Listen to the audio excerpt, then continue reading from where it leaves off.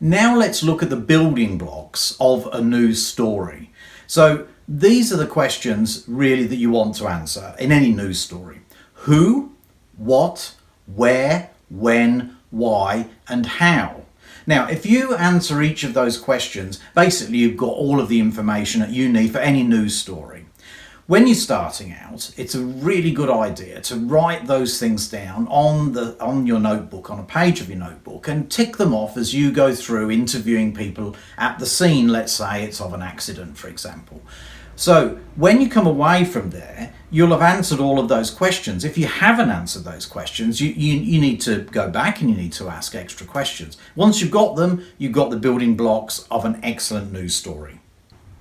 Now, an important part of writing a news story is to keep it simple, so people can easily understand it. It gets to the point quickly. There's no padding in there. So keep it simple.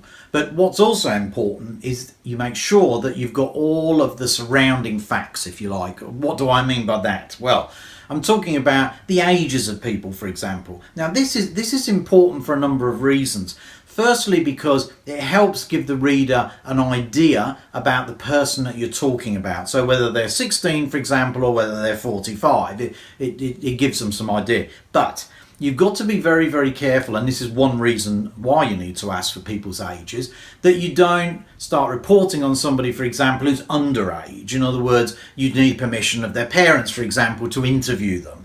Now, that varies in different countries, that sort of age constraint, but just be aware of that. So always ask the age of the person, make sure you've got that in the story. But the other thing is it's an additional fact. The more facts you've got, the better.